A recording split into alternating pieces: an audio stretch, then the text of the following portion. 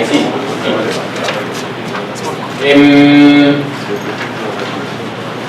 Vamos a acabar entonces con esta parte de relatividad general que habíamos empezado a ver hace ya rato, con la esperanza de que no para nada. Les pido que me disculpen de antemano, yo espero que no sea muy incómodo para ustedes estar aprendiendo un poquito de relatividad general. Yo había planeado inicialmente que esta introducción a la relatividad general, a la relatividad que se fuera cortica, se me volvió casi 3 veces más larga de lo que había planeado inicialmente, pero de todas formas yo me voy contento porque ustedes no son los mismos ya no son los mismos que entraron hace 6 meses a este curso, y como les dije, ya saben física de verdad. Ya no los están engañando con un curso de física 1. Espérate, no tengo el...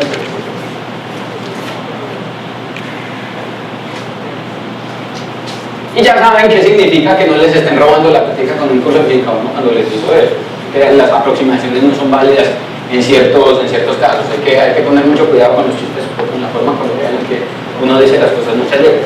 Recordemos entonces en qué andábamos. Estábamos mirando entonces las consecuencias de postular el movimiento en el espacio-tiempo. Recordemos entonces que el universo en el que nosotros estamos parados ya no es el universo de Newton, ya no hay un espacio, ya no hay un tiempo, y vivimos en una entidad mucho más compleja. El escenario en el que todos los eventos ocurren es el espacio-tiempo, una entidad compleja en la que el espacio y el tiempo están pegados, juntos, uno al otro.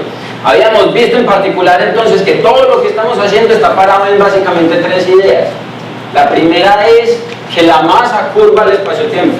Estas son las 3 cosas que ustedes tienen que llevarse para su casa cuando se acabe el curso de aquí a 3 años. Eso es todo lo que ustedes tienen que recordar. Cuando ustedes sepan eso permanentemente, yo me voy a quedar contento. El espacio-tiempo es curvado por la masa. Recordemos que cuando hablamos de masa, estamos hablando de masa en cualquiera de sus presentaciones. Puede ser en una forma de energía o puede ser en una forma de masa condensada como una pelota, como una estrella, como un planeta. El espacio-tiempo curvo, la geometría que toma el espacio-tiempo por culpa de la masa que usted pone ahí, le dice a las partículas cómo tienen que mover. ¿Ya? Entonces los planetas se mueven alrededor del Sol porque la geometría del espacio-tiempo alrededor del Sol, por la presencia del Sol, le dice a los planetas: ¿sabe qué pasa? Lo muevas así, usted muevas así, usted muevas así, Eso pasa para los planetas, eso pasa para los cometas, eso pasa para los fotones, eso pasa para cualquier cuerpo que se esté moviendo en el espacio-tiempo. Ya habíamos visto además entonces que si usted extiende el principio de equivalencia y los principios de relatividad, entonces encontramos un conjunto de consecuencias interesantes que nosotros vamos a utilizar después. En particular habíamos visto que los relojes caminan más despacio cuando usted pone el reloj en una región del espacio-tiempo que es más curvo. ¿De acuerdo?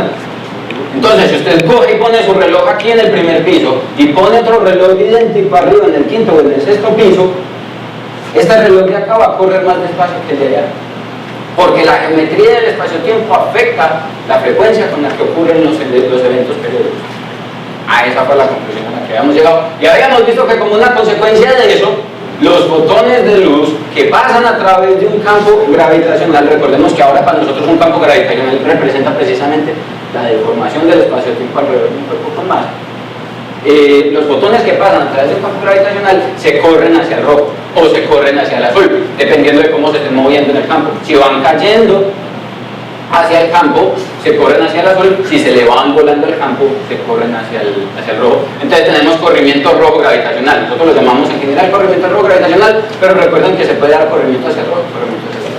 Para terminar entonces con esta parte de relatividad, entonces, que nos va a ser muy útil para describir precisamente lo que viene a continuación, que es la dinámica del universo, para poder entender qué diablos es eso de que el universo es abierto o es cerrado, y que la cantidad de masa determina si el universo es abierto, si es cerrado, y cuál es el origen del universo, y si va a haber un Big Crunch o no, cualquiera de esas cosas que seguramente muchos de ustedes han leído por ahí.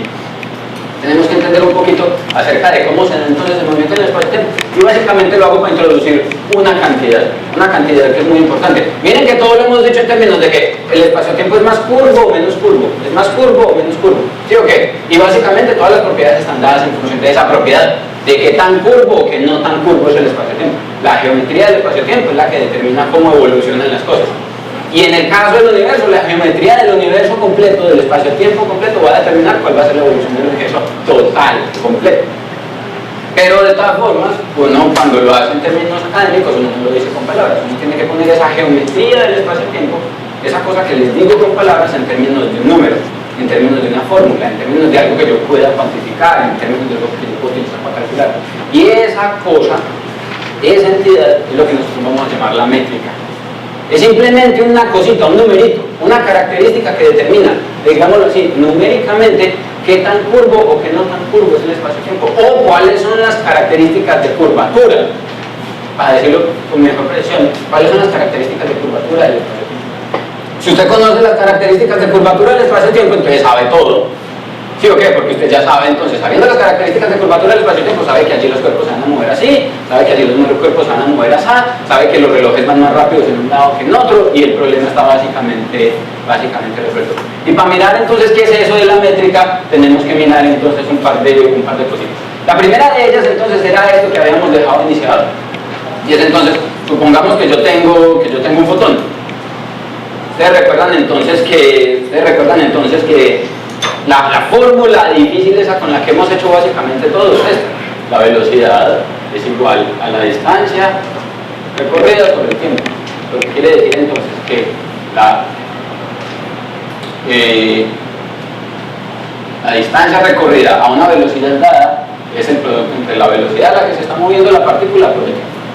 Entonces, supongamos que yo tengo una partícula, en este caso tengo un fotón. Y lo que quiero ver, un fotón es una partícula que se está moviendo en una dimensión. Recordemos que cuando usted se está moviendo, cuando usted es una hormiga que está obligada a moverse solamente sobre la superficie de un alambre, usted no puede mover más que para adelante o para atrás. Usted está restringido a un universo unidimensional. Porque usted es una hormiga y las hormigas evidentemente no son suicidas, usted no va a saltar. Y no puede moverse hacia arriba, no puede moverse hacia abajo, no puede abrir un hueco en el alambre, de tal manera que está obligada a moverse en ese universo unidimensional. Recuerden que esa fue una de las condiciones que habíamos puesto inicialmente. Para ese universo unidimensional espacialmente, el espacio-tiempo entonces es bidimensional. ¿Sí o qué? Porque entonces tenemos la dimensión espacial y la dimensión temporal asociada. Lo que quiero ver entonces es cómo se mueve esa partícula, en este caso entonces ese fotón, a lo largo del espacio-tiempo, durante un periodo de tiempo dado. Miren entonces que como la distancia que el fotón recorre es el producto de su velocidad por el tiempo, cuando ha pasado un tiempo de 0 segundos, el fotón se ha desplazado 0 metros. Cuando ha pasado un tiempo de 1 segundo, el fotón se ha desplazado c por t metros, es decir, c por 1 segundo. ¿Ya?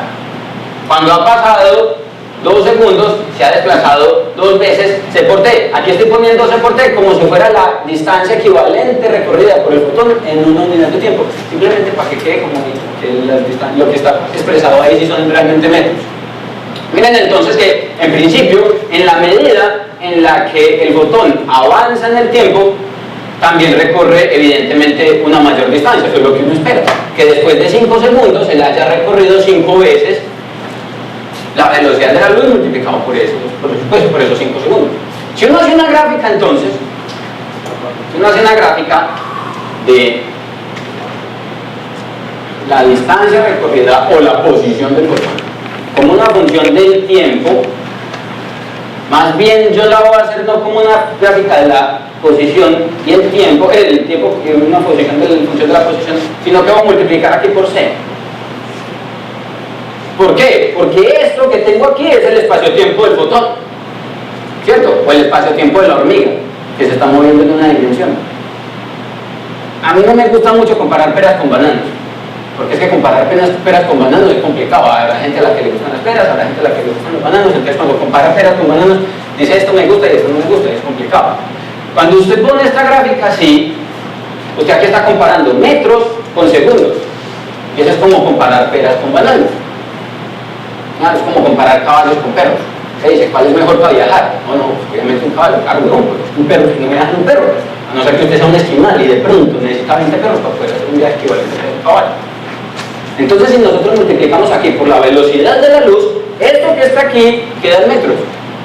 De tal manera que este espacio-tiempo va a quedar expresado en metros, y en metros entonces usted está comparando caballos con caballos, o peras con peras, o bananos con bananos, ¿cierto?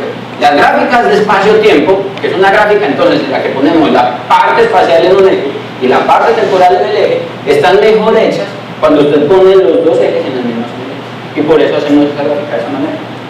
Miren entonces que si yo grafico para cada instante de tiempo la posición del fotón, voy a tener una gráfica que es más o menos como esta. Cuando el tiempo es igual a 1 segundo, la distancia recorrida es una vez la velocidad de la luz por ese segundo. Cuando el tiempo recorrido son 2 segundos, la distancia recorrida es 2 veces la velocidad de la luz. Y así sucesivamente. Si uno hace esa gráfica bien bonita, ahí me va a matar. Si uno hace esa gráfica, entonces se encuentra que el movimiento de un fotón en el espacio-tiempo es una cosa fácil. Un fotón en el espacio-tiempo se mueve en línea recta, formando un ángulo de 45 grados con respecto al eje horizontal de la recta. ¿Ustedes se acuerdan de estas gráficas cuando estudiaban física en el colegio? Por ahí en décimo, bueno, una gráfica de posición contra tiempo. Aquí tenemos una gráfica de posición contra posición, donde esta es la posición en la coordenada temporal del espacio-tiempo y esta es la gráfica de posición en la coordenada espacial del espacio-tiempo. Y esta gráfica representa el movimiento de un fotón en un espacio-tiempo plano, que se mueve en una dimensión. Así se mueve un fotón en el espacio-tiempo. No es más complicado que eso. Sin embargo, hay algo muy interesante. A esta línea, que es la trayectoria del fotón entonces en el espacio-tiempo, cuando ha viajado, ha pasado 1 segundo, él ha viajado una vez la velocidad de la luz por ese tiempo, 2 veces la velocidad de la luz por ese tiempo, 3 veces la velocidad de la luz por ese tiempo, y así sucesivamente. A esa línea roja la llamamos la línea mundo, o la línea del mundo del fotón, porque el universo del fotón, o los eventos que ocurren a ese fotón, pasan todos sobre esa línea roja. La línea del mundo. En inglés le ponen word line, como la línea del mundo. Todo lo que le pase al fotón le va a pasar mientras él se ubica sobre esta línea a diferentes instantes de tiempo en diferentes lugares del espacio. ¿Ya? Son eventos que pasan en el espacio. En esta dirección se cuantifica entonces lo que avanza el fotón en el tiempo, y en esta dirección se cuantifica lo que avanza el fotón en el espacio. En el espacio-tiempo total entonces se mueve de esta manera. ¿Por qué miramos esto? Porque hay que hacerse un par de preguntas entonces. ¿Qué necesita hacer una partícula o qué necesita hacer un fotón para ubicarse en este punto del espacio-tiempo? Es decir, para que después de 1 segundo haya recorrido 2 veces la distancia que se recorrería a la velocidad de la luz en ese mismo tiempo. ¿Qué necesita usted para estar aquí parado? Si usted quiere estar aquí parado, tiene que moverse a 2 veces la velocidad de la luz. Aquí, el tiempo recorrido es 1, de tal manera que la distancia tiene que ser 2 veces la velocidad de la luz, y en 1 segundo usted no puede recorrer más que 1 vez la velocidad de la luz. Si usted quiere estar parado en este punto, usted se tiene que mover a la velocidad de la luz. Y en general, si usted se quiere parar en toda esta región y aquí para abajo, tiene que moverse a la velocidad de la luz si quiere estar ubicado en esta región del espacio. ¿Eso será posible?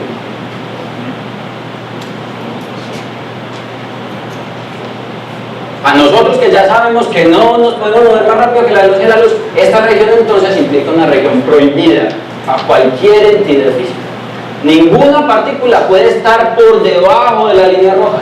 La línea roja impone una frontera para el movimiento de cualquier entidad física. Usted no puede estar parado en esta región simplemente porque va a violar principios de relatividad. No puede moverse más rápido que la luz. Para estar aquí, usted necesita moverse más rápido que la luz. Y eso es imposible. ¿Ya? ¿Qué necesita hacer para moverse y estar ubicado en esta región?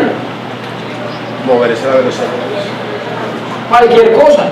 Moverse a cualquier velocidad que sea inferior a la velocidad de la luz. Por ejemplo, en ese caso, este punto, mire que después de 2 segundos usted ha recorrido una distancia igual a 1 vez la velocidad de la luz por segundo. Es decir, después de 2 segundos usted ha recorrido la mitad de lo que recorrería la luz en exactamente ese mismo tiempo. Usted va más despacio que la luz en ese caso, y evidentemente esta región entonces es completamente habitable por cualquier entidad física que satisfaga o que le dé por cumplir las condiciones de la relatividad del universo en el que nosotros vivimos. Cualquier partícula entonces se puede ubicar en esta región del espacio-tiempo, porque ahí sí se puede mover a la velocidad que le permiten las condiciones de la relatividad general en el tiempo que puede hacer. ¿Ya? Esta región entonces es una región permitida, y todos los eventos que le acontezcan a un fenómeno físico o a un sistema físico van a estar localizados en esta región del diagrama.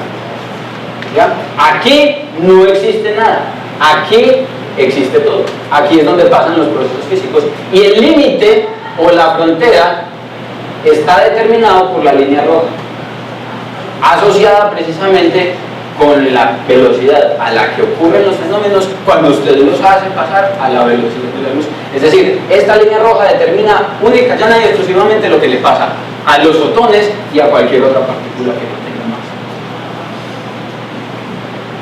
Sin embargo, el movimiento de la partícula, el movimiento de la hormiga, puede ser en esa dirección o puede ser en la dirección contraria. Es decir, el eje X puede ser positivo o puede ser negativo.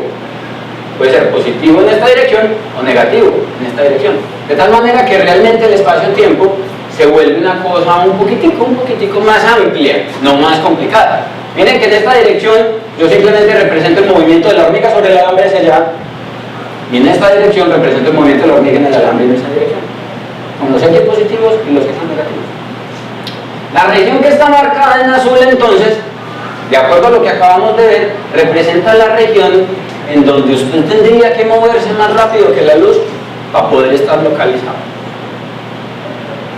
De tal manera que la región que está marcada en azul está prohibida, en términos de que no hay procesos físicos que los lleven a usted estar parado en esa región. La que está aquí en blanco representa los lugares en los que pueden pasar procesos físicos reales, que se propagan a velocidades inferiores a la velocidad de la luz.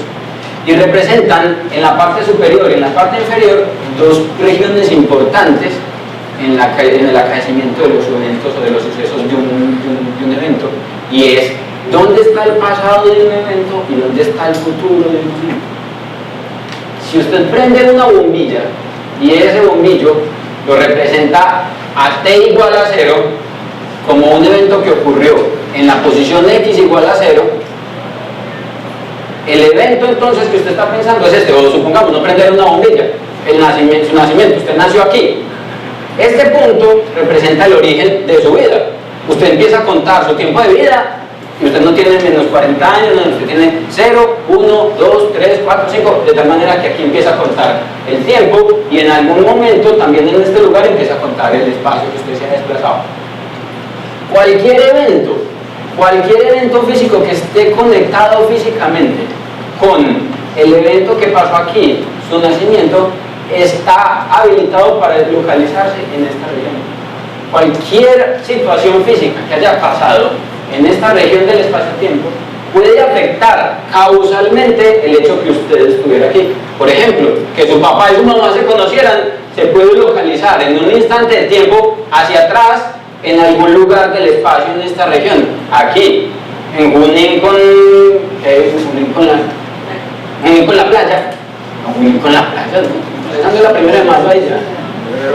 Bueno, ahí, en la esquina del edificio Coltejer, en la esquina del edificio Coltejer, 20 años antes de que usted naciera. Entonces, aquí aparece un evento que puede estar físicamente conectado con lo que pasó acá. Eventos causales están encerrados en esta región, de tal manera que su papá y su mamá se hayan conocido en esta región implica que en efecto probablemente eso haya motivado el hecho que 20 años después usted haya nacido. Si su papá y su mamá se hubieran conocido aquí, en esta región del espacio-tiempo, jamás de los jamases hubiera habido la forma de hacer que su papá y su mamá llevaran la situación desde este lugar en el espacio-tiempo hasta este, porque hubieran tenido que viajar más rápido que la luz, o hubieran tenido que viajar a través del tiempo para poder hacer que, habiéndose conocido en esta región del espacio-tiempo, en la oriental con la playa, hace 50 años, pudieran llegar aquí un segundo después o un segundo antes. ¿Sí me entienden? Los eventos físicamente conectados están en esta región y el futuro, tu futuro está representado por cualquier evento que esté en esta región. Esta gráfica es muy importante porque la vamos a volver a ver en un par de semanas cuando hablemos precisamente sobre la causalidad de los eventos en el universo primitivo. Cuando nosotros nos paremos en una región aquí y representemos como esa región una galaxia, vamos a poder revisar, por ejemplo, a esta distancia, después de un tiempo, o antes de un tiempo dado, por ejemplo, el momento del desacople, que fue cuando se generó la radiación cósmica de fondo, vamos a poder determinar cuál es la región o el tamaño de la región del espacio-tiempo alrededor de una galaxia que estuvo causalmente conectada. ¿Qué quiere decir? Vamos a poder determinar la región del espacio-tiempo que era el vecindario de una galaxia y que probablemente influyó a determinar las propiedades de esa galaxia como tal. ¿Ya? Entonces, cuando hagamos esta gráfica para una galaxia, nosotros vamos a poder ver al pasado cuáles fueron los posibles eventos que afectaron las propiedades de la galaxia en ese lugar, y cuando hablemos del futuro del universo, cuando hablemos del futuro de las galaxias, vamos a explorar de aquí para adelante cuáles van a ser precisamente esos posibles escenarios en los que vamos a encontrar a qué distancias en el tiempo y a qué distancias en el espacio tenemos eventos o fenómenos físicos que pueden influir en la evolución de la galaxia, por ejemplo, de la Vía Láctea. ¿Estamos claros? Entonces, hay una cosa que esto, no le presten mucha atención a las ecuaciones, presten un poquito de atención a la idea que les quiero mostrar, escribiéndoles una ecuación. Entonces, ustedes saben que usted tiene dos puntos en un espacio plano, un espacio general plano, y entre esos dos puntos usted puede decir, hay una distancia que separa esos dos puntos, ¿sí o qué? Yo estoy aquí, vos estás allá y hay una distancia que nos separa. En un espacio-tiempo plano o en un espacio plano, ustedes recordarán que la distancia que separa esos dos puntos, por ejemplo, en un espacio bidimensional, sería este número al cuadrado más este número al cuadrado en raíz cuadrada, que sería algo parecido al teorema de Pitágoras, ¿cierto? En tres dimensiones sería la distancia en x al cuadrado más la distancia y al cuadrado más la distancia z al cuadrado. La distancia entre dos puntos es una cantidad bien definida en un espacio plano, en general, en cualquier espacio. ¿Ya? La cuestión es que la distancia entre dos puntos va a caracterizar de manera importante las propiedades del espacio. Si usted está pensando en moverse en el espacio-tiempo, usted tiene que saber entonces cuánta distancia tiene que recorrer en el espacio-tiempo. ¿Sí o qué? Y tiene que saber entonces calcular esa distancia en el espacio-tiempo. En un espacio plano normal, así definimos la distancia entre dos puntos. La pregunta es, de la misma manera lo hacemos en un espacio-tiempo plano. Miren que aquí solamente estamos involucrando coordenadas espaciales. Esto es la distancia en la mecánica de Newton, porque no está metido el tiempo por ningún lado. Pero como ahora el espacio-tiempo tiene que tener involucrado el tiempo también, entonces ¿cómo lo vamos a meter? La idea es que en el espacio-tiempo plano tenemos que involucrar al tiempo para determinar la distancia que separa a dos eventos. ¿Ya? Y vamos a definir de manera conveniente entonces la distancia entre dos puntos en el espacio-tiempo. Supongamos entonces que tenemos dos eventos. Evento A y evento B. El evento A, que puede ser por ejemplo esto, que yo suelto el marcador, el borrador, y el evento B, que el borrador cae y se pega un buen manazo contra el piso. El evento A entonces ocurre en un instante de tiempo dado, el tiempo asociado al evento A. Y el evento B ocurre en ese tiempo asociado, tiempo B, cuando el borrador cae y se da contra el piso. Esos dos eventos están separados por una distancia en el espacio-tiempo, ¿sí o no? Miren que si el espacio-tiempo fuera un espacio-tiempo solamente considerara la distancia recorrida por el objeto, sería simplemente la diferencia entre la posición inicial y la posición final. Pero la distancia en este espacio-tiempo será distinta, porque es que tenemos que considerar también el efecto del movimiento en el tiempo. Nosotros vamos a definir entonces la diferencia o la distancia entre puntos en el espacio-tiempo como la diferencia entre la distancia recorrida por la luz en el lapso de tiempo en el que ocurrieron los dos eventos, menos la distancia que separó a esos dos eventos. Es decir, aquí tengo el piso y aquí tengo el borrador. Evento A un tiempo de sub A. Evento B a un tiempo de sub B. ¿Cuál es la distancia que separa a este evento de este evento en el espacio-tiempo?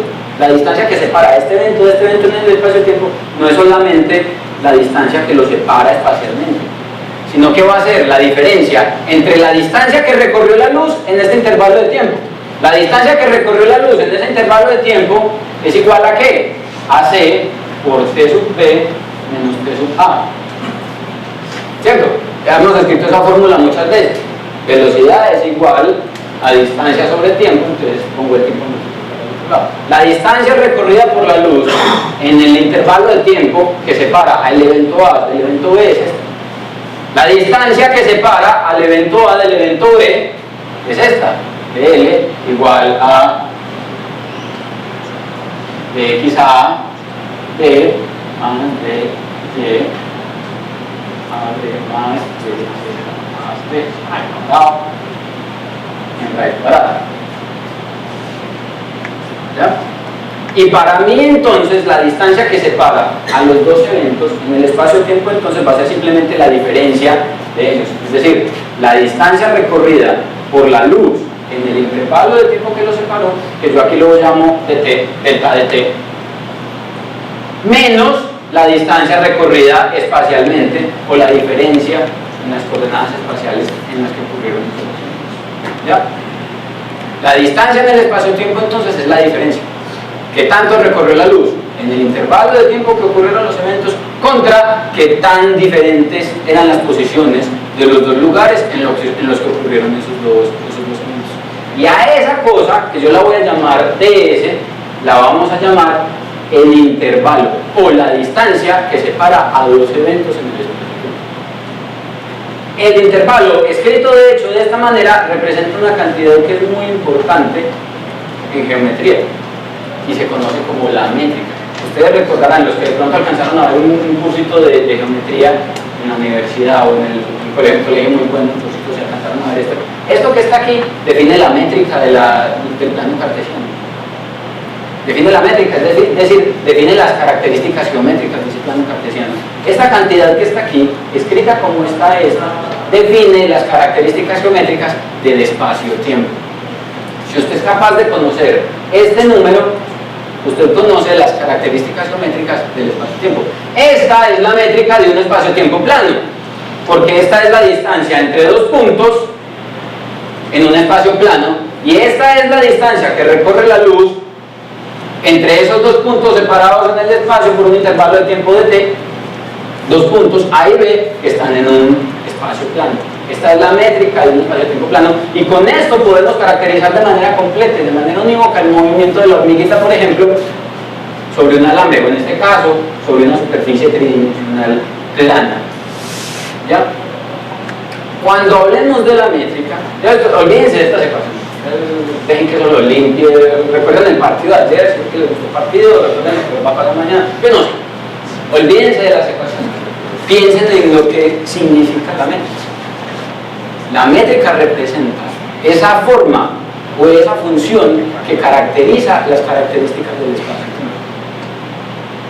Y piensen, en el caso del espacio-tiempo, el intervalo representa la distancia que hay entre dos eventos en ese espacio-tiempo, pensando otra vez en que la distancia en el espacio-tiempo implica el movimiento en el tiempo y el movimiento en el espacio, y es de hecho la diferencia de la distancia recorrida por la luz en el intervalo de tiempo menos la diferencia espacial entre la sucesión de los dos eventos que estamos considerando. ¿Estamos claros? La métrica es simplemente un número o una función que me dice a mí cómo es el espacio-tiempo. Miren que si el espacio-tiempo es curvo, la métrica que les acabo de escribir aquí ya no sirve. que el espacio-tiempo es curvo, la métrica ya no sirve porque la distancia que separa dos puntos en un espacio-tiempo curvo ya es distinta. Recuerden lo que estábamos viendo hace algunos días. La distancia que separa dos eventos en el espacio-tiempo ya no es necesariamente esta, entonces esa métrica ya no sirve. La métrica tiene que adoptar las características del espacio-tiempo porque precisamente eso es lo que hace, representar la forma que tiene ese espacio-tiempo. Pensemos, por ejemplo, en la siguiente situación. Uno puede proyectar entonces en el espacio-tiempo el movimiento de un cuerpo. Supongamos que tenemos ahora no una hormiga moviéndose sobre un alambre, sino una hormiga moviéndose sobre una superficie plana. Una hormiga que se puede mover sobre una superficie plana vive en un universo con un espacio-tiempo tridimensional. ¿Sí o qué? Porque la hormiga se puede mover sobre este plano en la dirección del eje X, en la dirección del eje Y. Piensen que esto es el piso. Piensen que, de nuevo, ponemos el ejemplo de la hormiga porque es que la hormiga no brinca, entonces ella no puede brincar para arriba, de tal manera que esta dimensión no existe.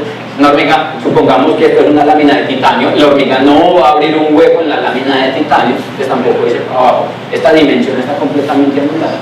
Ella está forzada a moverse sobre una superficie bidimensional y su universo entonces es un plano. Pero el espacio-tiempo de ese universo es un espacio-tiempo tridimensional, porque entonces usted tiene el movimiento en el plano espacial y la componente temporal asociada. Por ejemplo, ¿cómo representamos el movimiento de esa hormiga entonces cuando ella se queda quieta? Entonces, cuando t es igual a 0, ella está en esta posición. ¿Cierto?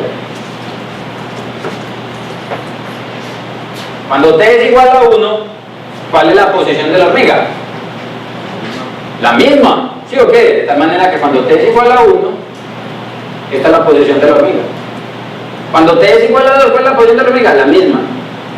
Y cuando es 3, la misma. Y así sucesivamente. Si usted pinta eso bien hecho,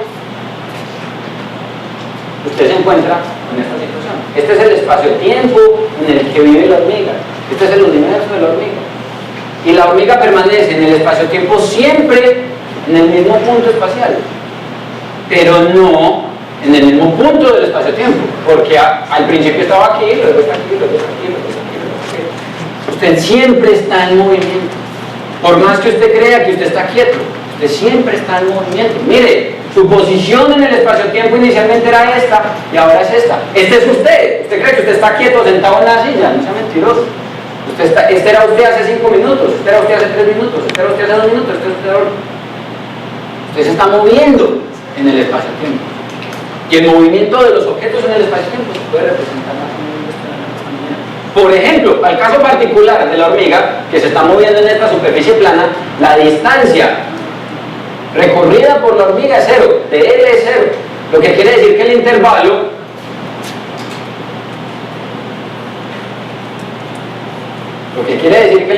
de la hormiga, que es c por dt al cuadrado menos L al cuadrado, es este, ¿cierto? Este es el intervalo de esa hormiga, la distancia recorrida por la hormiga en un tiempo dado, la diferencia entre dos coordenadas espaciales. Si de L es 0, porque la hormiga permanece siempre en la misma posición de X, Y y Z, el movimiento de la hormiga va a estar representado solamente por el movimiento en la dirección temporal. En particular, entonces, ds va a ser igual a c por dt. ¿Ya? Miren que si yo despejo dt de aquí, esto es ds sobre c. Este dt que hay aquí, ¿cuál es? Es el tiempo que mediría la hormiga hacia el territorio. ¿Oye? ¿Me ayudas con Fabián que se quedó sin si este es el tiempo que mide la hormiga. Este es el tiempo que mide la hormiga en su reloj. ¿Sí o qué? Cuando estábamos hablando de relatividad especial, ¿cómo le llamamos a ese tiempo? El tiempo propio. Este que aparece aquí es el mismo tiempo propio que habíamos introducido en relatividad especial.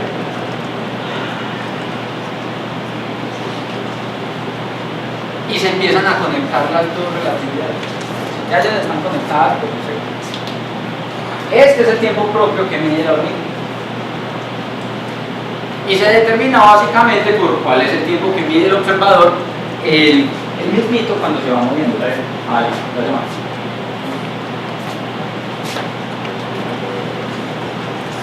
Vámonos con el botón entonces, del problema de siempre. Se cambia el tiempo propio por el tiempo que está pedido. ¿Perdón? Se cambia el tiempo propio por el tiempo que esa distancia se igual. ¿Cuál distancia? Sería la distancia que tiene la Tierra. Este de ese es el mismo siempre. Este de ese permanece constante siempre. Pero el tiempo propio no. El tiempo, exactamente.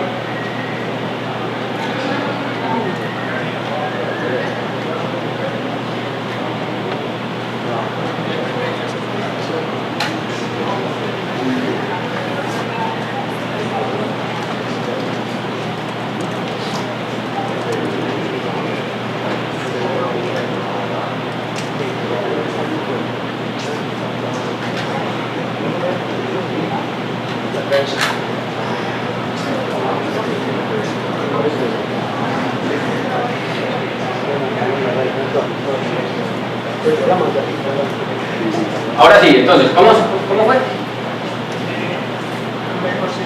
Sí. Sí.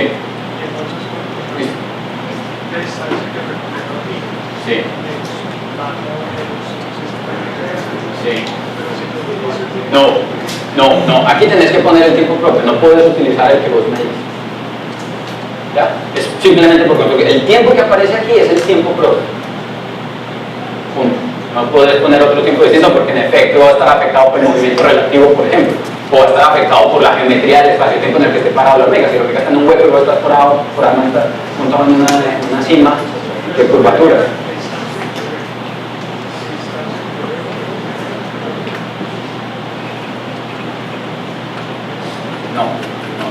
Igualmente, sí, yo entiendo lo que me están diciendo, pero no. Cuando vos haces esto, lo haces para el tiempo propio como tal y medís el desplazamiento, o se pone el desplazamiento que ve la hormiga, no el que está mirando el observador. Vámonos con el botón entonces, miren, habíamos dicho entonces, vea, el intervalo entonces es,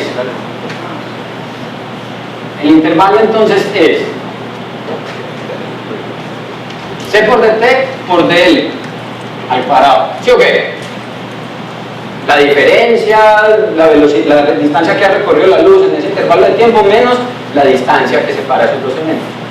Ahora la pregunta es, la luz viaja a la velocidad de la luz, ¿cierto? Entonces la diferencia entre los dos eventos A y B, si la velocidad de la luz es igual a la distancia recorrida sobre el tiempo que se demoró en recorrerla, ¿cierto? Entonces dl es igual a c por dt. Si yo cojo y meto este numerito aquí, miren qué me queda. Me queda que ds cuadrado es igual a c por dt menos c por dt. ¿Eso cuánto da? Eso da 0. ¿Qué quiere decir eso? Malditos botones. ¿Eso qué quiere decir? ¿Qué es esto?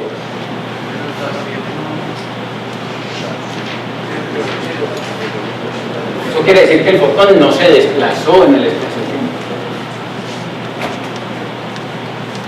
Pero los días tenemos que la mente que va a Ahora eso lo estamos haciendo para el espacio-tiempo, en general vale para cualquier el fotón está quieto en el espacio-tiempo. Malditos botones. Miren, en efecto, el tiempo propio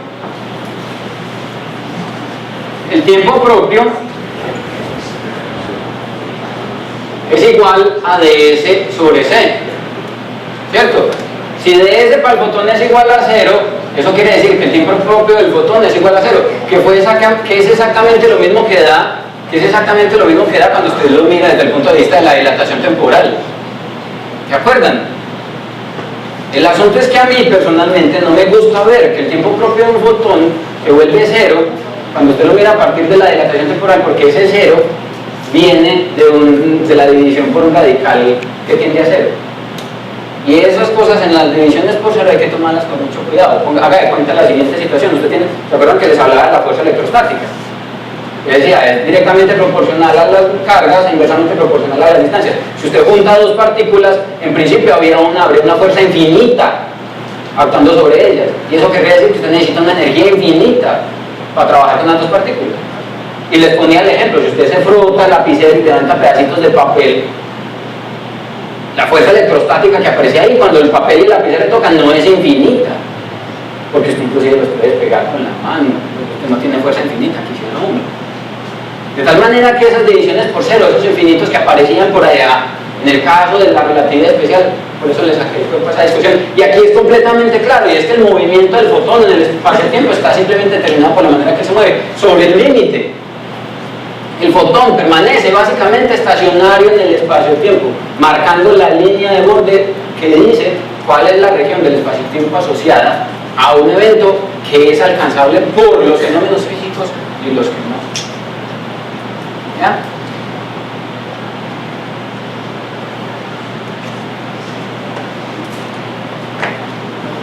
Pero eso realmente sale también de la fórmula cuántica que veía cómo se ve la longitud para que estamos... Exactamente, otra vez, es lo que les estoy diciendo.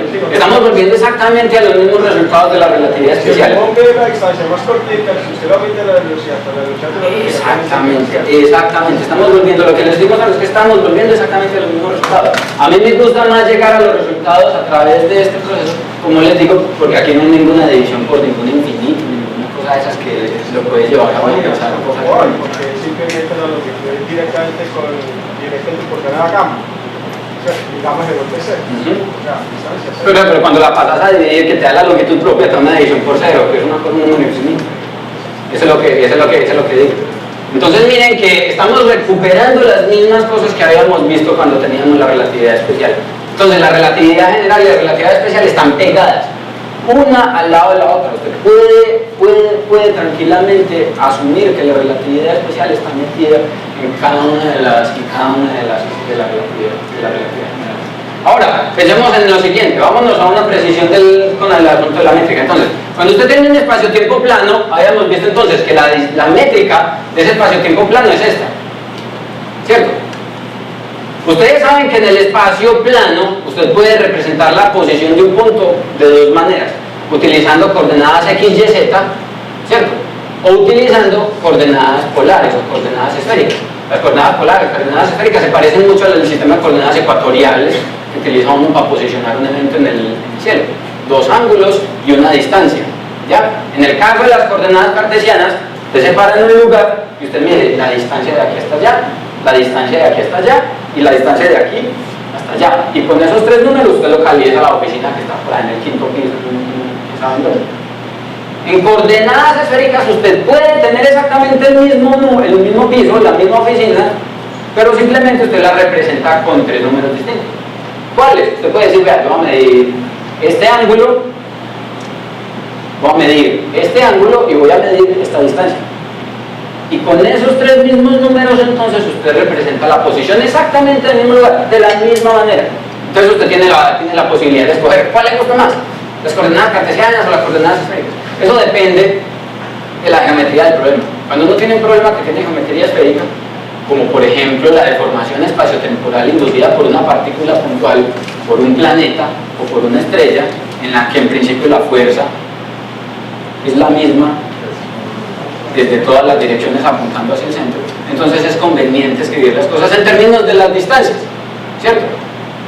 La fórmula de la métrica entonces, que antes escribíamos así, en coordenadas esféricas aparece así, donde este θ entonces es uno de los ángulos y este phi es uno de los ángulos y este θ es otro de los ángulos. Con esos dos números, r, θ y phi, usted puede localizar la posición de este punto en el espacio. De tal manera que la métrica usted la puede escribir en términos de la distancia que separa al evento en el espacio y en el tiempo, utilizando coordenadas cartesianas o coordenadas esféricas. ¿Ya? Ahora, acordémonos otra vez, ¿qué es todo lo que hemos dicho y qué es todo lo que hemos insistido? Miren, lo primero que hemos dicho es, la masa curva el espacio-tiempo. Usted pone una masa en un lugar del espacio-tiempo y la curvatura del espacio-tiempo depende de cuánta masa haya en ese lugar. Entre más masa haya, más curvatura debe haber. Entre más cerca se esté de la curvatura, entre más cerca se esté, de la masa, más se nota la curvatura. Lo que quiero con esto es llevarnos entonces de una métrica plana a una métrica en la que ya el espacio-tiempo no es plano.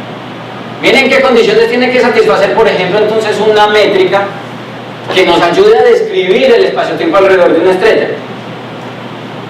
La métrica tiene que representar esta condición, tiene que representar esta condición y tiene que representar esta condición. Es decir, la curvatura tiene que ser directamente proporcional a la masa. Si no hay masa, no debe existir curvatura. ¿Sí o qué? Y entre más cerca usted esté de la curvatura, más cerca está o más lejos está, de comportarse en el espacio-tiempo como una métrica plana. Que recuerden que era también algo que les decía, si usted pone la masa aquí, el espacio-tiempo lejos de la masa se comporta como si fuera plano. Mientras más cerca se hace uno de la partícula, más se nota la curvatura.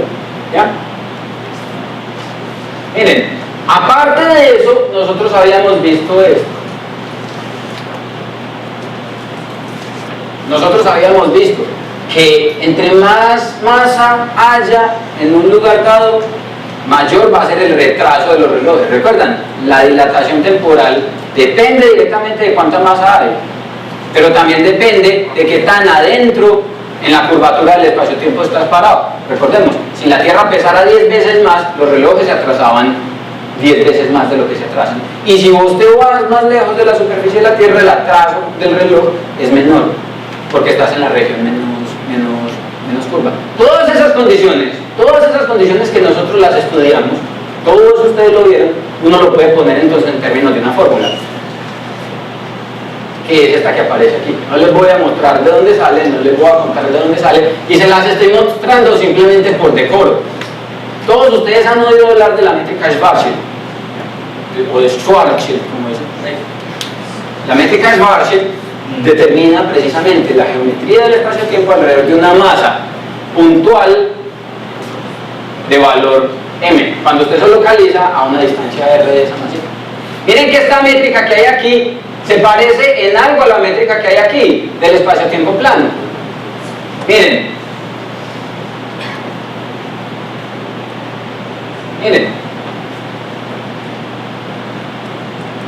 lo único que cambia es esto y lo único que cambia es esto. Vayan, miren las formulitas de la clase pasada de la dilatación temporal.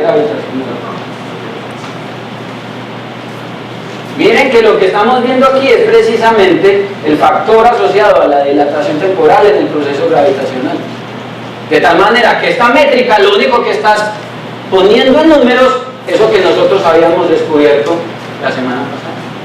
Lo que está poniendo aquí es precisamente que las distancias se curvan cuando usted está en una región, o se hacen más largas cuando usted se localiza en una región en la que el espacio-tiempo es plano. Mire, verá que sí. ¿Qué pasa si en esa métrica nosotros hacemos estos dos números cero? Es decir, usted está parado a lo largo, usted está cayendo radialmente sobre un agujero negro, por ejemplo. Usted está cayendo radialmente sobre un agujero, usted no se está moviendo en esta dirección, ni se está moviendo en esta dirección, usted se está moviendo así, a lo largo del brazo. De tal manera que esas dos coordenadas, θ y φ, se hacen cero, y esto desaparece y esto desaparece, solamente quedan este término temporal y este término espacial.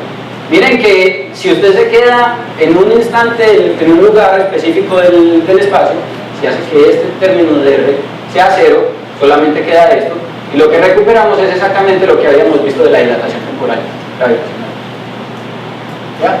Si usted por el contrario se para en un instante de tiempo dado, encuentra esto, la distancia propia o la longitud propia, que no es más que lo que habíamos dicho antes, y es que las longitudes se afectan de acuerdo a la geometría del espacio-tiempo. La curvatura del espacio-tiempo modifica las medidas de las distancias, que era algo que habíamos visto por allá cuando pintábamos el dibujito del eclipse el eclipse solar de Eddington y las trayectorias que seguían las estrellas, ¿de acuerdo?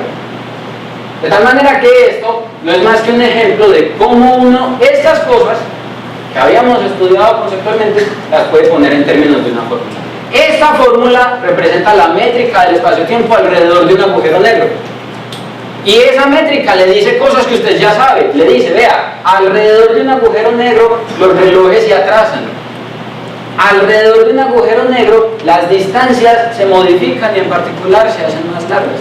Y alrededor de un agujero negro no importa si usted se mueve así o se mueve asá. Lo que importa es si usted se mueve hacia adentro o hacia afuera. ¿Ya? Miren entonces que la métrica caracteriza las propiedades del espacio-tiempo, que son exactamente las propiedades que habíamos conseguido nosotros anteriormente. Si usted puede escribir esta ecuación para cualquier espacio-tiempo, puede resolver el problema de las características de movimiento en ese espacio-tiempo determinado. ¿Se podría decir que se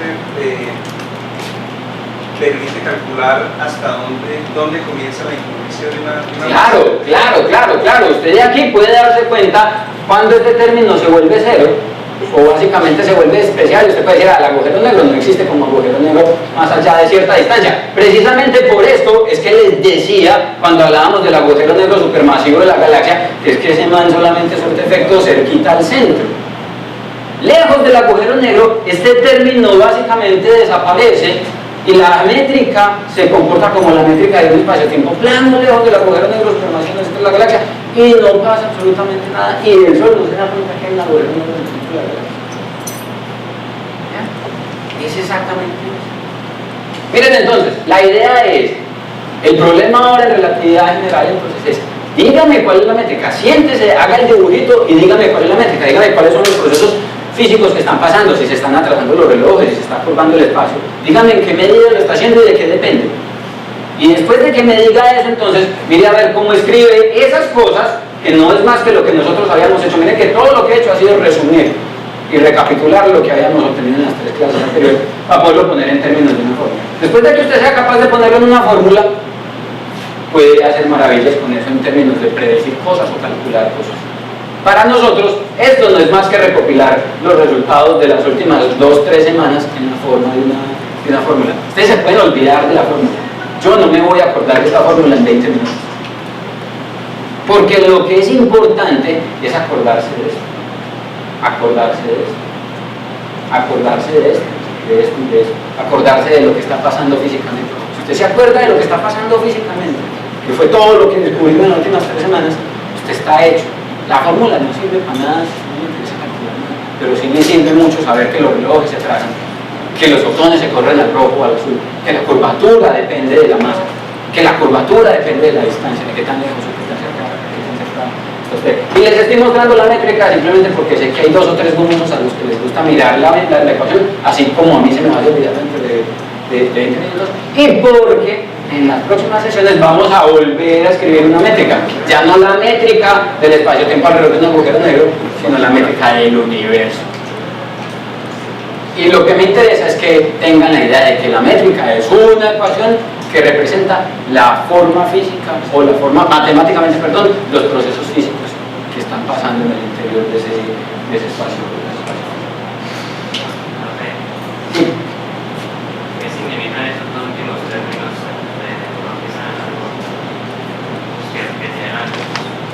Estos, precisamente. El último es como el arco que forma. Exactamente, entonces miren. No, esos términos representan movimiento. Este término representa movimiento en esta dirección. Perdón, sí, en esta dirección. Y este término representa movimiento en esta dirección. ¿Pero por qué el arco? ¿Perdón? ¿Por qué el arco? Porque recordad que la métrica es la diferencia entre la distancia recorrida por la luz en el tiempo que separa los dos eventos menos la distancia espacial. Y es un arco porque el arco está asociado con la distancia espacial que separa los dos eventos. Esto viene precisamente de la diferencia en las posiciones en los espacios. Es esto. Simplemente la distancia angular que separa dos puntos A y B, los dos eventos A y B. Para el caso de un efecto de un sistema con simetría esférica, esto desaparece. Otra vez, porque si usted está parado acá, suponga ¿Por qué se considera la simetría esférica, por ejemplo, para el caso de la métrica Schwarzschild? Usted tiene el agujero negro aquí. ¿Sí o qué? Entonces, suponga que usted pone el sistema de coordenadas así. Y entonces usted está acá. ¿Sí o qué? ¿Cómo va a caer esta partícula al agujero negro? ¿Cómo caen las cosas sobre la superficie de la Tierra?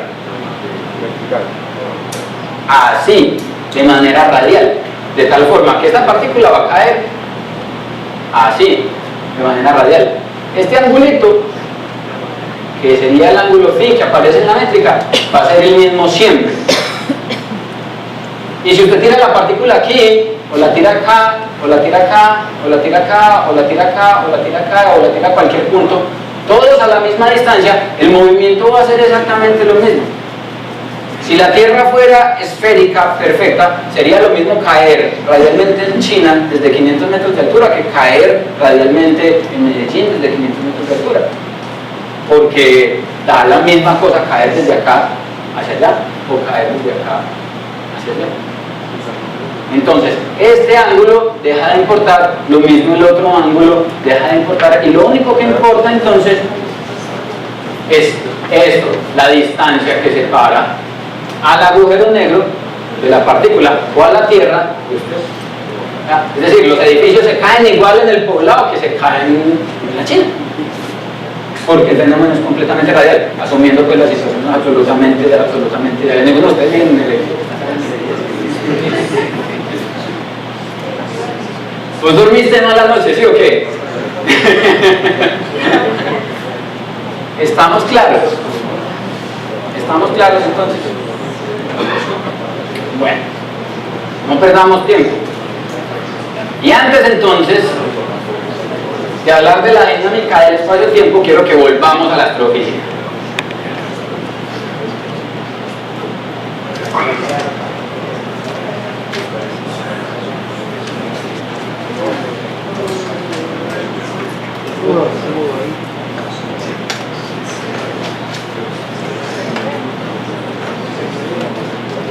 Quiero que volvamos a la astrofísica porque es que ya tenemos el cerebro bastante retorcido entonces con este montón de relatividad. Por fin terminamos de hablar de relatividad y vamos a volver a la astrofísica otra vez. No es que la relatividad sea mala, no es que sea maluca, sino que es que tenemos que hablar otra vez del universo, tenemos que hablar otra vez de las galaxias. La relatividad es simplemente una herramienta. Todos estamos claros con las herramientas de la relatividad. Yo quiero que estemos conscientes de eso. Todos estamos claros con eso. ¿Sí? No. Estoy seguro que cuando hablemos la próxima sesión de la curvatura del espacio-tiempo, ya para todos va a ser un poquito más fácil entender qué es eso que, ¿cómo así que la curvatura del espacio-tiempo? ¿Qué es la curvatura del espacio-tiempo? Es la forma que tiene el espacio-tiempo por culpa de la masa que hay adentro. ¿Sí o no? Ya, es que no es más. Miren que ustedes ya saben, se ríen y todo. Pero antes de hablar de eso, volvamos entonces a la astrofísica y hablemos de las observaciones. Hablemos un poquito entonces acerca de la recesión de las galaxias, volviendo entonces al problema de qué diablos es lo que le está pasando al universo, cómo evoluciona el universo, cómo se mueve. La pregunta que queremos resolver ahora nosotros es ¿cómo diablos se mueve el universo? ¿Cómo evoluciona? Porque pasa lo que pasa dentro del universo y eventualmente qué le va a pasar en el futuro. A ver, hagamos apuestas, miremos a ver qué podemos predecir. ¿Qué es lo que sabemos a gran escala del universo? Díganme ustedes qué saben del universo a gran escala.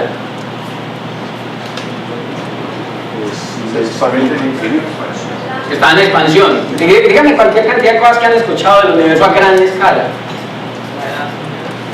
¿Qué? Tiene una edad. Que se está enfriando, que se está expandiendo.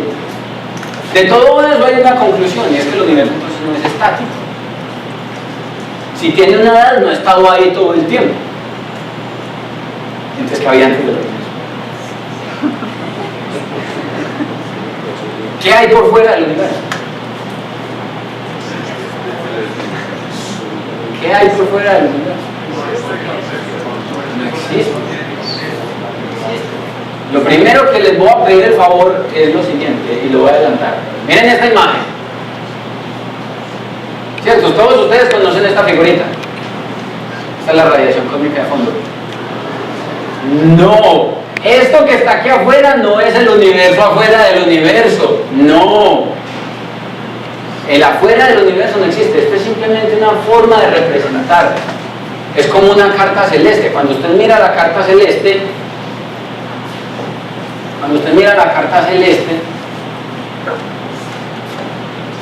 de esas cartas celestes hemisféricas, usted tiene una proyección sur aquí, tiene una proyección norte aquí, y usted tiene las constelaciones, ¿cierto? El escolopendro austral, del perrito del norte, ¿cierto? Y usted sabe que este borde que aparece aquí no es el borde del cielo, y sabe que no es el borde del universo, simplemente es el borde del cono sur o del cono norte del cielo. Cuando usted mira ese mapa, usted inmediatamente sabe que lo que está por fuera no es el universo por fuera del cielo, sino que es simplemente una representación. Lo mismo pasa aquí. Lo que nosotros estamos viendo acá no es el borde del universo, no, el borde del universo no existe. Lo que estamos viendo es simplemente una representación. De tal manera que en efecto el universo no tiene borde. Si el universo tiene una edad, no ha estado ahí todo el tiempo. Si el universo se está expandiendo, quiere decir que no es estático. Entonces, ¿qué es todo lo que sabemos del universo? ¿Cómo se creó? ¿Cómo se da la evolución? ¿Cuál es el tamaño? Usted puede hablar de un tamaño del universo, o si habla del tamaño del universo, ¿de qué carajos es de lo que está hablando? Si supuestamente el universo no tiene un borde. ¿Sí o qué? Entonces, esas son ese tipo de cosas que vamos a tratar de ver. Para hablar de esas cosas, entonces lo primero que tenemos que hacer es establecer las reglas del juego. Es decir, ¿cuáles son los principios básicos sobre los que nos vamos a parar? Son como los principios de la relatividad. Vamos a establecer una, dos o tres ideas, y esa una, dos o tres ideas nos van a llevar a concluir una, dos o tres cosas. Pero esa una, dos o tres ideas las tenemos que respetar a cabalidad. Si no respetamos esos tres principios o esos dos principios, se nos acaba la fiesta. La primera idea que vamos a implementar, o el primer principio que vamos a proponer, es lo que se conoce como el principio cosmológico. Y es que el universo, visto a gran escala, es homogéneo y es isotrópico. ¿Qué quiere decir que el universo es homogéneo y que el universo es isotrópico?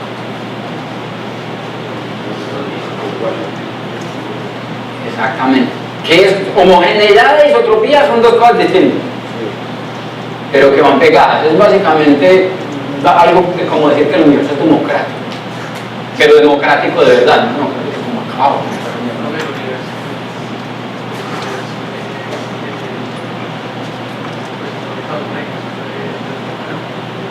Ah, sí, pero es que hay cosas de cosas. De pronto le tendríamos que aprender al universo para ver cómo es que funciona la democracia de verdad. ¿Qué quiere decir que el universo es homogéneo? Que el universo sea homogéneo quiere decir que cuando usted lo ve a gran escala, aquí, o aquí, o aquí, o aquí, o aquí, o aquí, o aquí, o aquí, en todas partes es exactamente igual. Que no hay un lugar privilegiado. Es decir, que no hay una estatua de la Virgen María aquí parada en la mitad del universo, que no hay una mitad del universo. Si todos los lugares son equivalentes, ¿dónde está el centro? No puede decir que el centro está acá, luego puede decir que está allá, luego puede decir que está allá. Entonces, ¿todos tienen razón o ninguno tiene razón? No hay un centro del universo, porque como el universo es homogéneo, todos los lugares tienen que ser equivalentes. El universo se tiene que ver igual en todos los lugares. En todos los lugares donde usted se está descargando, en todos los lugares donde usted se pare. ¿Ya? Eso es homogeneidad. Y que cuando usted lo ve desde afuera, desde que usted tiene la posibilidad de viajar afuera del universo, usted lo ve grande, en su gran extensión, cuando usted ve el universo en todas partes, usted ve básicamente lo mismo, que es exactamente lo que pasa cuando uno mira este tipo de mapitas de la radiación cósmica de fondo, o lo que pasa cuando uno mira la distribución de galaxias a gran escala. Cuando uno mira la distribución de galaxias a gran escala, usted básicamente ve un tapete. Suponga que usted se va para Home Center y compra un tapete azul, perfecto. Si usted va y compra un tapete azul perfecto, usted no debe ver absolutamente ninguna disparidad en ningún lugar sobre la superficie del tapete. Eso es un tapete homogéneo. Y el universo se comporta exactamente de esa misma manera. Cuando uno mira el universo desde lejos, debe verse exactamente igual en todos los lugares. y desde todos los lugares del tapete se debe ver el tapete de exactamente la misma forma. La isotropía indica algo diferente, y es que el universo se comporta exactamente igual cuando usted lo mira en todas las direcciones. Es decir, es lo mismo mirar hacia allá, que hacia allá, que hacia allá, que hacia allá, que hacia allá, que hacia allá, que hacia allá, que hacia allá, que hacia allá. Si no tiene centro, no tiene fin. Si no tiene centro, no tiene fin. Ustedes el universo se une. Y si no tiene fin, se puede expandir.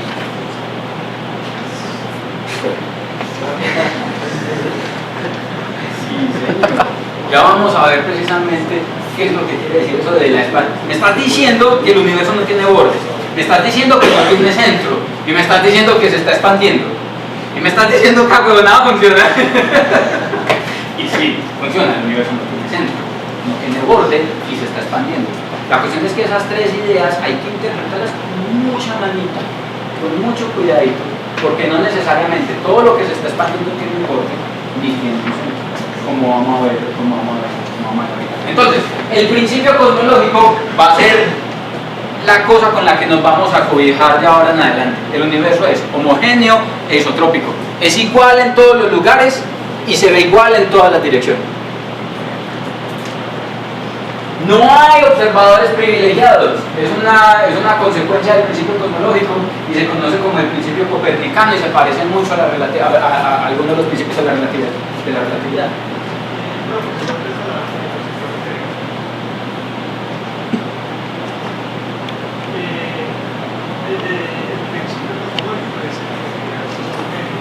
Pero si yo veo el mapa de la radiación cósmica, yo veo ahí muchas secciones de distintas temperaturas, unas en impresiones, son temperaturas, son diferencias pequeñas.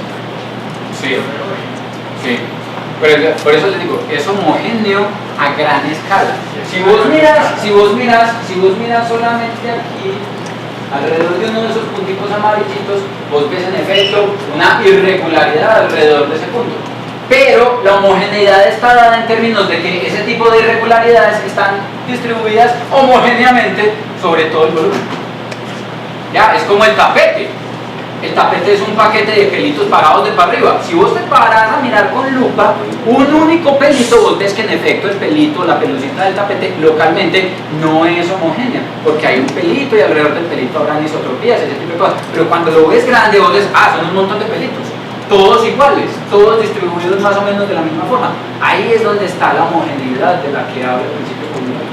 No es que no se pueda tener anisotropías locales en escalas muy pequeñitas, sino que la homogeneidad de la que se está hablando es cuando se mira el universo a gran escala, grande, con los ojos de Dios. Se mira desde afuera y se ve todo un tapete homogéneo, parejito. ¿Ya? Esa es la homogeneidad a la que hace alusión. Si no, el universo sería la cosa más aburrida del mundo. O sea, un caldo suave, tenue, continuo, sin absolutamente ningún brumo. Es decir, sin galaxias, sin estrellas, sin planetas, sin vacas, sin caballos, sin gente, sin Juan Carlos, sin mí.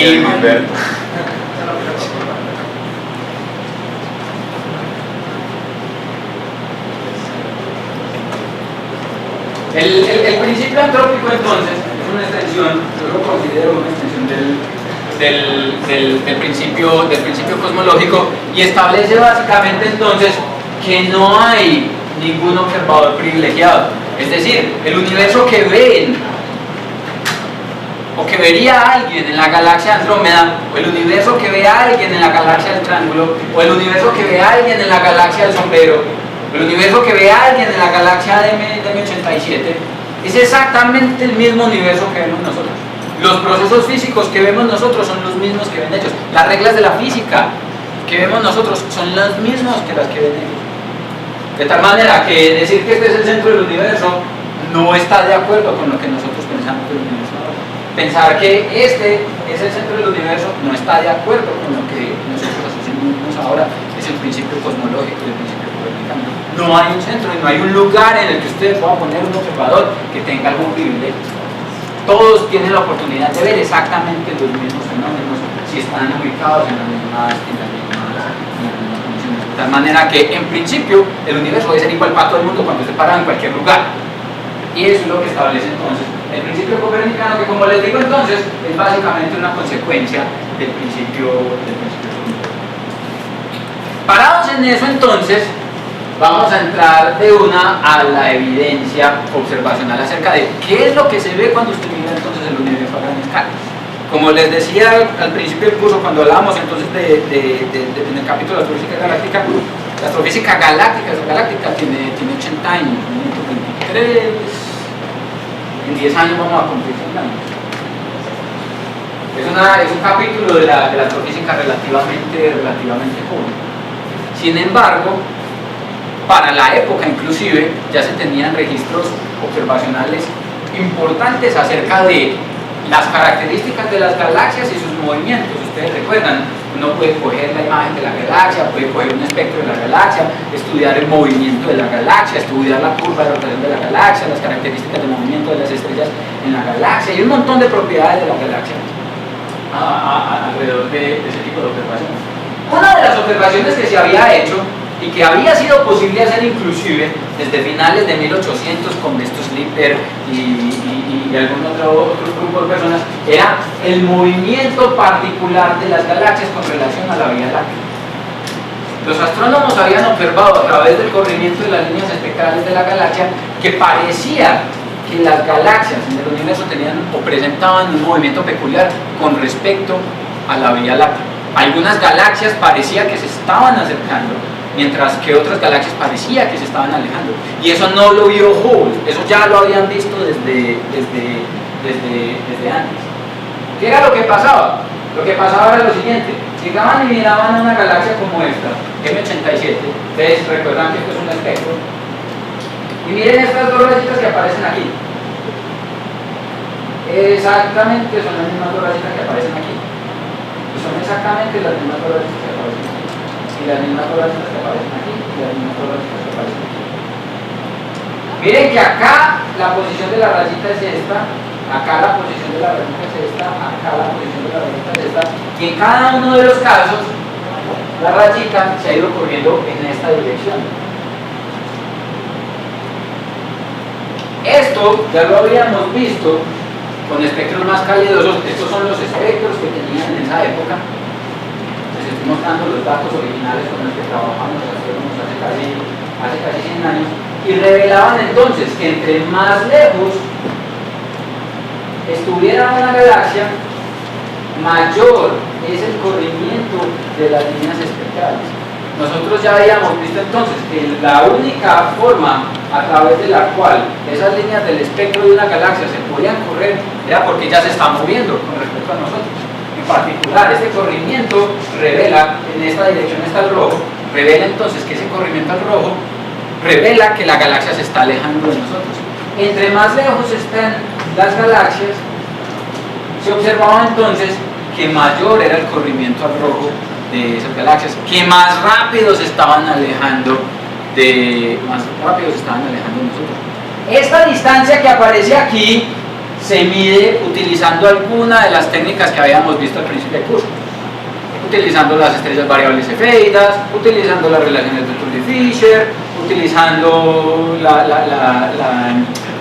las supernovas, utilizando alguna de esas técnicas, de tal manera que esta distancia que está medida aquí es completamente independiente de la ley de Hubble, que todavía nosotros no la hemos visto, que nosotros no hemos hablado de la ley de Hubble en ningún momento.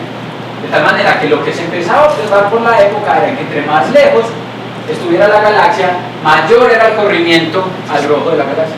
Si el corrimiento al rojo de la galaxia es mayor, la velocidad con la que ella se está alejando es mayor. La velocidad de movimiento es directamente proporcional a qué tanto se corrieron las galaxias. Una galaxia que está a 12 megaparsecs se está alejando a 1200 kilómetros por segundo, mientras que una que está a 600 megaparsecs se aleja a casi 60.000 kilómetros por segundo. Es decir, está al 100, está arriada. Y todas están mostrando exactamente lo mismo, se alejan de nosotros. ¿Por qué? ¿Olemos feo? Pastrán, no, San Pedro, no, Santos, no, los humanos. Yo le tendría miedo a los humanos. No, los humanos son muy peligrosos, déjenlos quietos, vámonos, déjenlos solos. ¿No está eso en contra del principio cosmológico?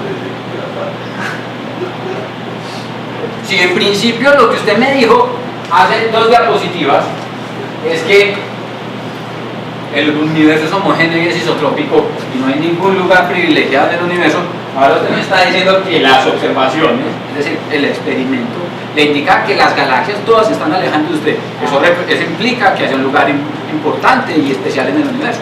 Usted, su telescopio. Si todas las galaxias se están alejando de la Vía Láctea, quiere decir que hay un lugar particular en el universo. La Vía Láctea y todas quieren alejarse de ella por alguna razón.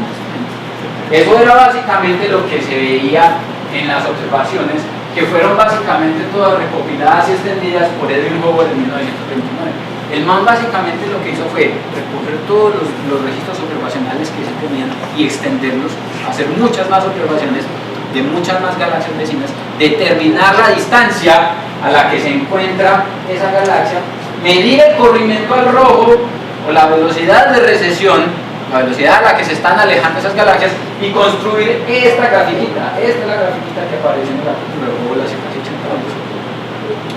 Esta grafiquita muestra si en este eje entonces está la velocidad de recesión de la galaxia y esta, la distancia, entre más lejos esté una galaxia, más rápido se está alejando de nosotros. Es decir, literalmente hablando, están corriendo de acá. La pregunta es entonces, ¿por qué? Y la otra pregunta es, si hay un principio cosmológico que acabamos de establecer, esto no viola el principio cosmológico. Esta representa la evidencia más fuerte y básicamente la única evidencia de que el universo se está expandiendo. Y después de que paremos para tomarnos el título, vamos a ver precisamente cómo es que interpretamos esto en términos de que en efecto el universo está expandiendo, y mejor, cómo lo utilizamos para empezar a mirar la manera en la que vamos a estudiar la dinámica del universo.